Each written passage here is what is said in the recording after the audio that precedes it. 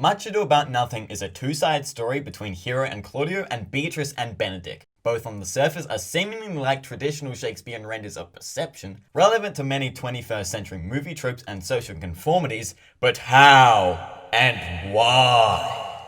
Well, within Shakespeare's Much Ado About Nothing, the representation of gender is perceived as the ideologies of love, honor, and gender roles and expectations, with shifting beliefs of the commodifications of women and men within the medieval superstition period that transitions to the modern notions of humanism and current-day standards that pushes gender independence. Here's a relevant timeline of the ideologies, starting with medieval superstition, to the Nexus state, to the Renaissance humanism. Following along?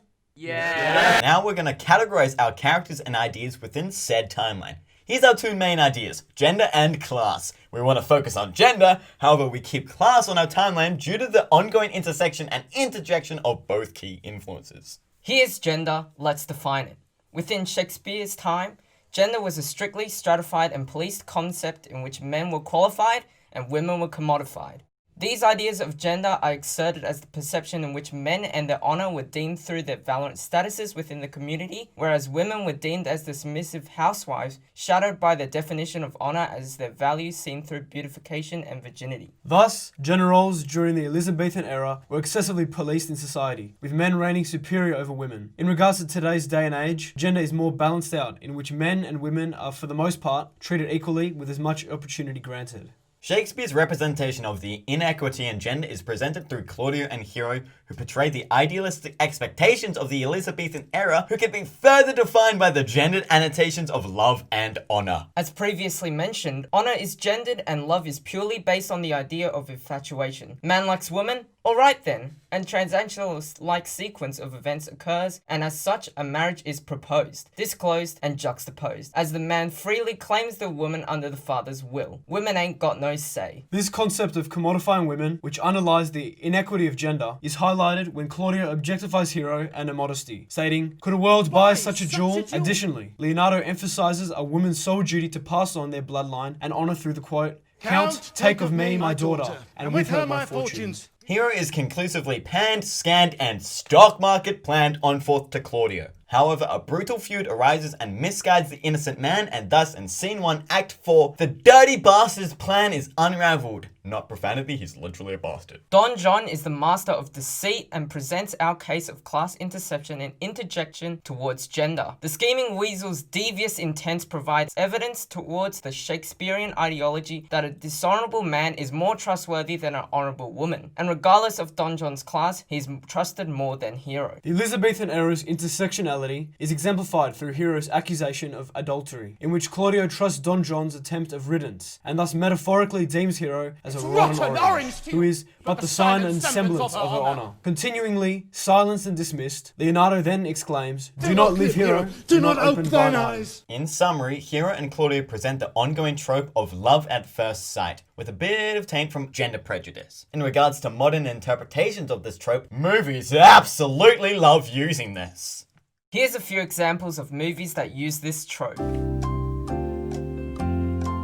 One specific example is the 2006 Shakespearean adaptation of The Twelfth Night, She's the Man. Essentially, the love at first sight trope is executed at the start of the movie through another trope, the kissing booth, in which Viola and Duke kiss, resulting in the plot that attempts to get the two together. The theme of deception utilized within She's the Man formulates a little love triangle that looks something like this. And as such, within the adaptation, Viola utilizes disguise to become a man in order to pursue external activities of the gendered conformities. In relation to Shakespeare's Much Ado About Nothing, our yet-to-be discussed character Beatrice presents these ideas as a dreamlike ambition, prolonging her desire for independence and thus places her within the Nexus state. Finally, the movie ends with a happily ever after trope, in which all deception is discarded and Viola and Duke kiss. Thus, this modern-day adaptation ties us to Shakespeare's representation of gender conformity, and its exploitation resembled through Beatrice and Benedict's relationship. Now, let's define them. Beatrice and Benedict juxtapose Claudio and Hero's relationship in which rather than basing their love upon the concept of infatuation, their love is primed through the humanist ideas of intellectual love and compatibility. Thus, their relationship is presented as a banter between the two scornful of each other, a relationship beyond Shakespeare's era but prevalent in the 21st century. Beatrice, much like our dear hero, is also restricted by the police gender expectations within the medieval superstition period. However, she attempts to push beyond the boundaries of her defined status as a woman through the dismissal of finding a man to marry. She's so dismissive of this idea that she even states that if God send me no husband, for the which blessing I am at him upon my knees every morning and evening. Additionally, tying in with our deception as discussed from She's the Man, Beatrice explains the restrictions of her gender and ambition for independence and social strife in which she pleads to kill Claudio. Oh God, that I were a man. I would eat this heart in a marketplace. Following on, Benedict, much like our dear Claudio, is free from social restrictions because of his gender and hard-earned honor during the Elizabethan era. However, his progression towards a more humanist ideal is presented in his resent towards marriage without compatibility. Seeing how much another man is a fool when he dedicates his behaviors to love, one woman is fair, yet I am well.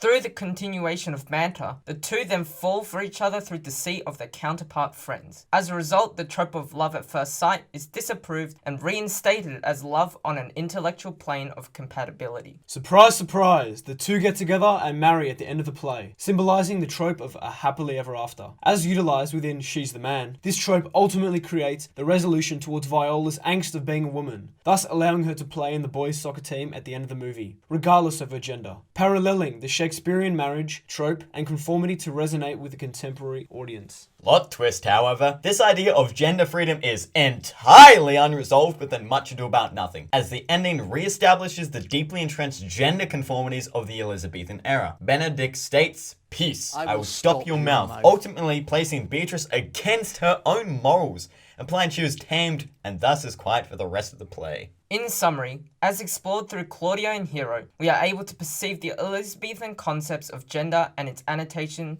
of love and honor. Through this, we define love as infatuation and honor as earned through either valor or beauty, concluding Claudio and Hero as the trope of love at first sight, resonating with the contemporary audiences as a cliche, utilized within the 12th Night, She's the Man. Furthermore, the intersectionality of class is presented through Don John, as he embodies the idea of a dishonorable man being more trustworthy than an honorable woman. Additionally, explored through Beatrice and Benedict, we gain a perception of the strive towards a more intellectual approach to life that is not quite there yet. This intellectual drive resonates with a contemporary audience through the trope of a happy ending adapted within She's the Man, which explores gender freedom dreamed of by Beatrice. Thus, Shakespeare's representation of gender within the play is able to resonate with the contemporary audience as presents a timeline of the evolving ideologies of conformity that totals towards individualism, ultimately exemplified within modern day movies through the usage of tropes and cliches.